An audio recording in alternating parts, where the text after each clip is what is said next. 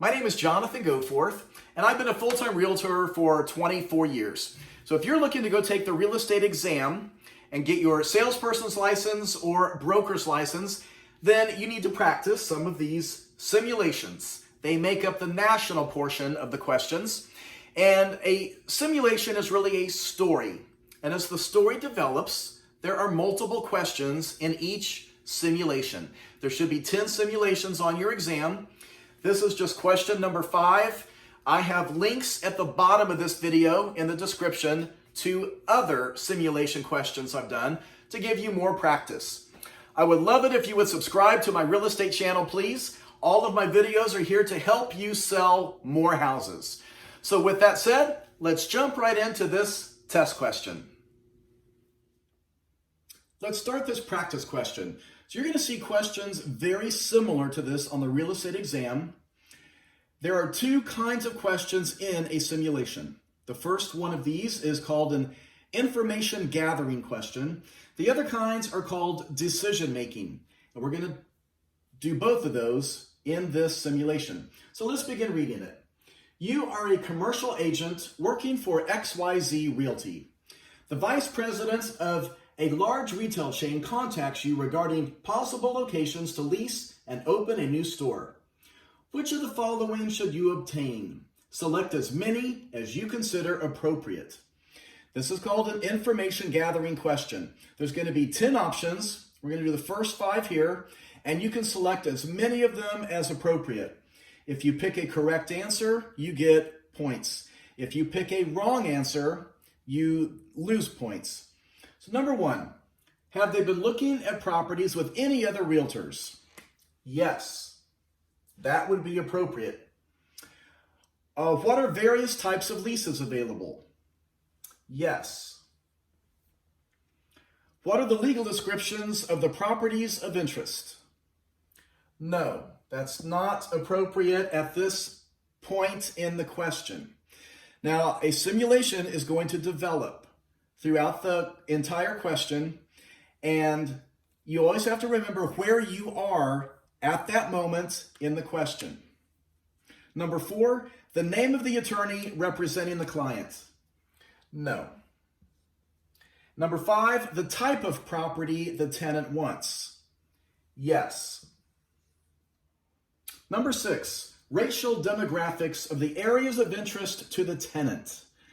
No, that is not appropriate to discuss. Are there any confidentiality requirements? Yes, you should obtain that. Will the tenant sign a representation agreement with you? Yes. Number 9, has the tenant signed a representation agreement with any other agent? Yes. And number 10, the tenant's litigation history. No, that would not be appropriate to obtain. And so we go to the next portion of the simulation. The next question says, the vice president has authorized Lisa, the operations manager, to sign a tenant representation agreement with XYZ Realty. You show Lisa 5 properties, one of which she wants to lease. Which of the following should you obtain for your client? Select as many as you find appropriate. So this is another information gathering question. You will see questions similar to this on the exam. So here's your first 5 options out of 10. Number 1, are there any unique clauses required by the landlord? Yes. Number 2, the landlord's race. No.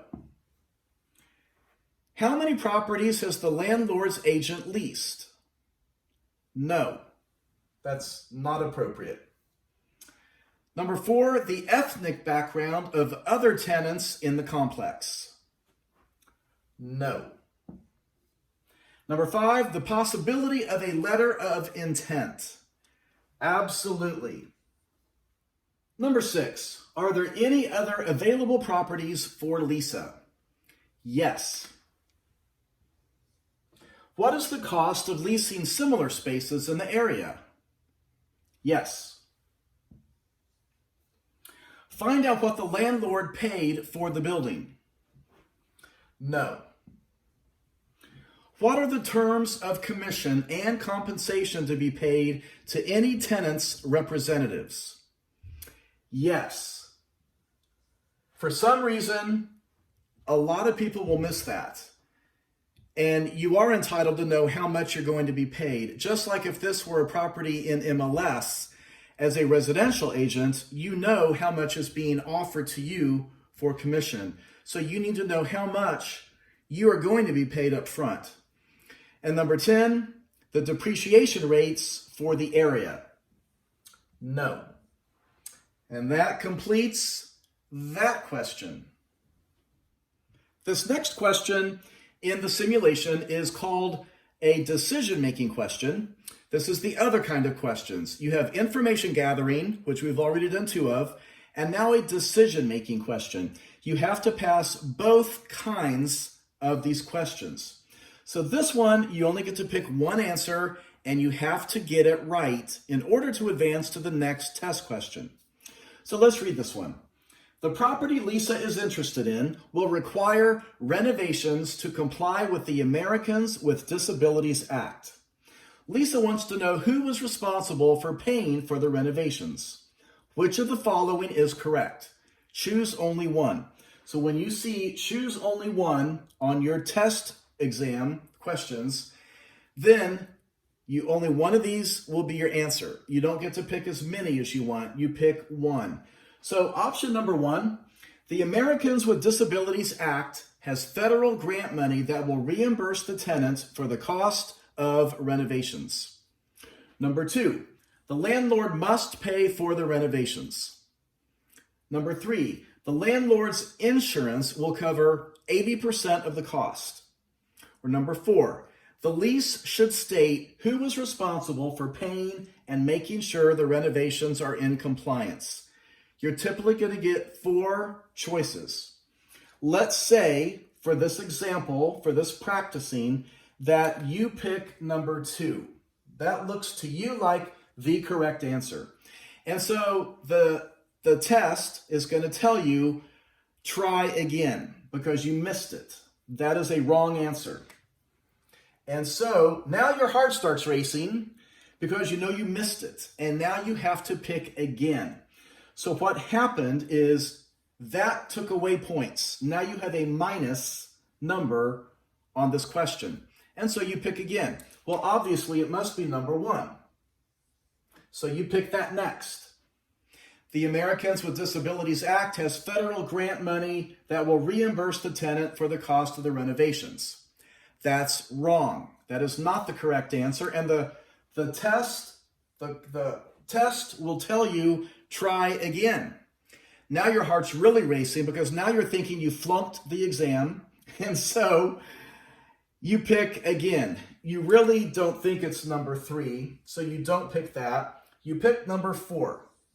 And number 4 is the correct answer. You're going to get 2 points for that. And it says the lease should state who was responsible for paying and making sure the renovations are in compliance. Number 4 is your correct answer. And now you can advance to the next test question. But if on this type of question, if this was a -1 and this was a -2 and this you got +2, then overall you got a -1 for this one question. So that's why it's very important when you see a question like this, and you're going to see many of them in the simulations, that you always want to read all 4 options before you pick one. Because a couple of these kind of look like maybe they could be correct. But your only correct answer is number 4. So if you start checking an answer before you read all 4, you might miss one when really, had you made it to number 4, you probably would have picked number 4 for the first try. This is the final question in this simulation. Please subscribe to my real estate videos. I would love it if you would subscribe. I do a new video about every week just to help you sell more houses. So as soon as you get the real estate exam passed, you get licensed, then jump into all the videos I have to help you make a lot of money in real estate. And please give this video a like. At the end of this video, in just a moment, please go to the bottom and check out the other practice questions in the links below. Let's read this one and finish it up. A few months after the lease is signed, the roof begins leaking in numerous places. The leaks are so severe that it has become difficult for the store to stay open. Lisa asks you if she has any legal recourse to do a constructive eviction. How should you respond? Choose only one. So again, this one is a decision-making question. You get to pick one. You have to get it right in order to advance to the next test question. Number one, Lisa, the tenant, can stop paying rent until the landlord fixes the leaks. Number two, constructive eviction can be used by a tenant if the space is considered to be uninhabitable. That is a correct answer, and you will get 1 point. Number three, legal counsel should always be used whether there is any breach of contract. This is also correct. It's more correct, and you will get 2 points for that one. Number four, an actual eviction would give the tenant recourse. That is not correct. That is not correct. So every once in a while, on these decision-making questions, there might be 2 correct answers. But you're going to want to pick the best correct answer to get the most points possible. So options 2 and 3 are both correct. You'll get 1 point or you'll get 2 points. And then you would advance to the next test question to continue the exam. That's it for this simulation. And again, thanks for subscribing to my real estate channel.